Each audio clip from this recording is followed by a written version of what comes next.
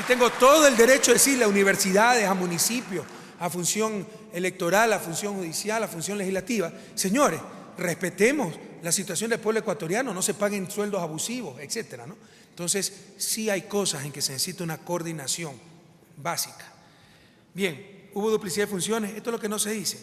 Creación arbitraria de una institucionalidad paraministerial. Cuando llegamos al gobierno había 94 consejos, comisiones, fondos, institutos y otros que reemplazaban a los ministerios. 64 entidades autónomas, nadie las controlaba. 16 organismos de desarrollo regional, es decir, CRM, Junta de Recursos Hidráulicos Ipijapa, Predesur, CREA, etcétera, que reemplazan o duplican funciones de ministerios y de gobiernos locales. Ministerios con débil rectoría sobre las políticas públicas. ¿Quién mandaba en ambiente? Cada ministerio tenía su propia dirección de ambiente. Una licencia ambiental demoraba casi 2 años.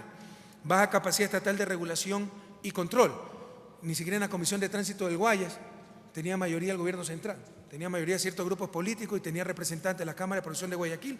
Pese a ser Comisión de Tránsito del Guayas, tenía representante el alcalde de Guayaquil y tenía representante de la Junta Cívica de Guayaquil. Y tenían mayoría y controlaban ellos la Comisión de Tránsito del Guayas cuando era parte integrante del gobierno central de la fuerza pública.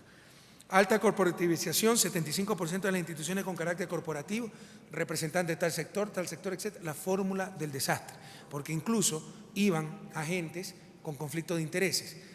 Comexi, participaban los empresarios, pero las decisiones que tomaban afectaban o beneficiaban a los grupos empresariales que representaban. Todo eso tiene que terminar y lo estamos terminando. Se han reformado y eliminado 26 entidades, esto es lo que no se dice. Cuentan los ministerios que se crearon, ¿verdad? La entidad que se creó, pero no los 13 consejos, comisiones, 2 ODR, 2 secretarías, 7 institutos, 2 fondos, que fueron o eliminados, 18 de ellos, por ejemplo, Consejo Nacional de Modernización, o adscritos a ministerios y haciéndolo parte institucional de un ministerio, ya no como entidades aparte. Y seguimos trabajando en esto, sigamos. Así recibimos el Ejecutivo, este caos era, con, entre otras cosas, 28 instituciones adscritas al presidente de la República. ¿Cómo se puede manejar eso? Que estaban por encima, dicho sea de paso, perdón, déjame borrar esto porque es el de abajo. Estas son entidades.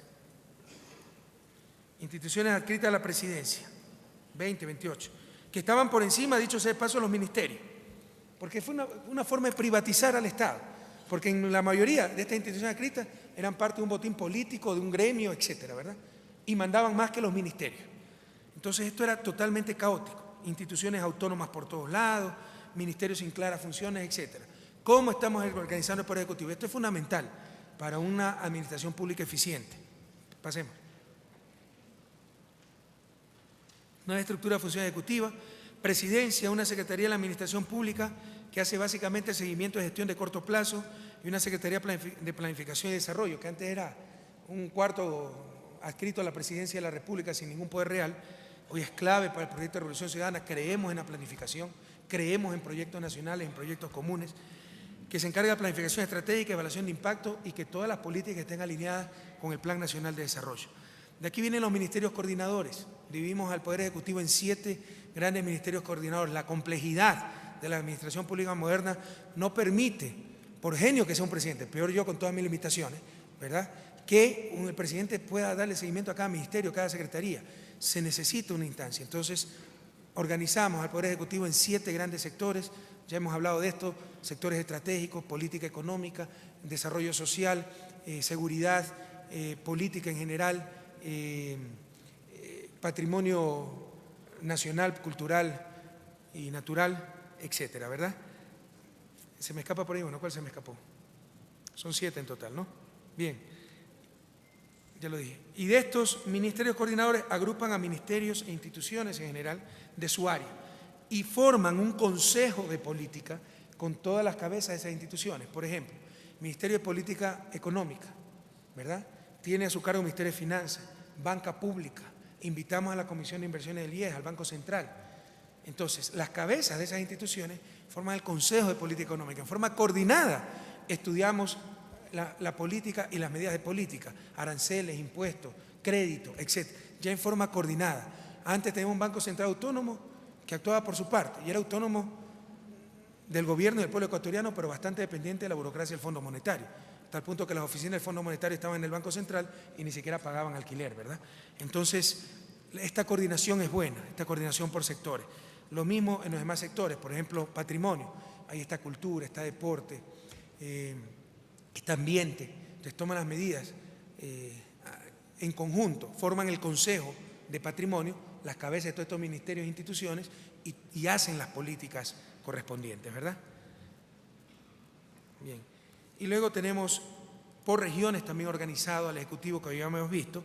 Hemos empezado con subsecretarías regionales de SEMPLADES, pero poco a poco, que van a velar para que el Ejecutivo funcione adecuadamente por regiones, para evitar que se dieron 10.000 bonos de vivienda, maravilloso, pero todos en Pichincha.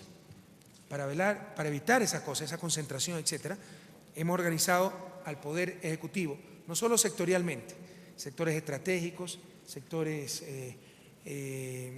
sociales, etcétera, sino regionalmente en las 7 regiones de planificación, y ya tenemos representantes de SEMPLADES en cada región que coordinan la acción del Ejecutivo a nivel regional. Sigamos. En esto hemos tenido hasta que establecer glosarios, porque ni siquiera había conceptos claros, que era un ministerio, que era, sigan pasando nomás, que era una superintendencia, que era una agencia de regulación, que es una secretaría. Había una total confusión.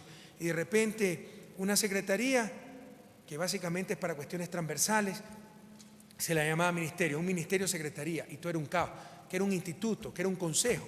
Entonces todo esto hemos tenido que especificar consejos, por ejemplo, cuáles son las funciones. Puede haber consejos consultivos, consejos asesores de política, todos en función de generar políticas públicas. Entonces definir qué es cada cosa, para que cuando alguna institución se la llame de tal manera, sepamos ya por su nombre qué funciones tiene, y no como recibimos el Poder Ejecutivo, que era un total caos. Sigamos.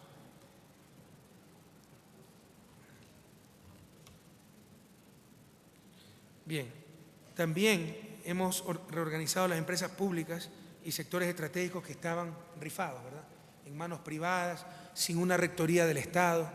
La DNH era una sucursal de las transnacionales, lo mismo que Petroecuador. ¿Cómo estamos organizando esta nueva estructura? Qué barbaridades que se hicieron, ¿no? Muchas veces con buena voluntad, pero no les quepa duda que el voluntarismo incompetente ha hecho tanto más daño que la mala fe para el desarrollo de América Latina. Entonces, por ejemplo, en la Constitución del 98 se creó el Fondo de Solidaridad, y resulta que 2 sectores fundamentales para el desarrollo del país, como eléctricidad y telecomunicaciones, las empresas públicas en esa rama, estaban en manos de un fondo para ayudar a los pobres. Básicamente era eso, ¿verdad? Obviamente lo que se quería era privatizar eso y que esos recursos se inviertan en ayuda social, etcétera. Nunca se privatizó, todas eran sociedades anónimas compitiendo entre sí. El absurdo era tal, entonces grafica bien en qué condiciones obtuvimos el país, recibimos el país, que por ejemplo nuestras hidroeléctricas, generadoras hidroeléctricas de más bajo costo, le vendían a consumidores privados, y nuestras distribuidoras eléctricas tenían que comprar en el mercado spot, es decir, al precio más alto, y tenían unos déficits enormes y todas estaban quebradas. Cuando lo obvio era nuestras generadoras hidroeléctricas que le vendan prioritariamente a nuestras distribuidoras eléctricas, es decir, sector público, sector público. Por ejemplo, ese es un gran ejemplo de pasos al frente que hemos dado con la constitución de la empresa única eléctrica. Es decir, ya esas generadoras, ya esas transmisoras, esas distribuidoras del Estado, con ciertas excepciones, no van a ser sociedades anónimas separadas, sino parte de una gran empresa estatal, ¿verdad? Y se acaban todos esos problemas de coordinación.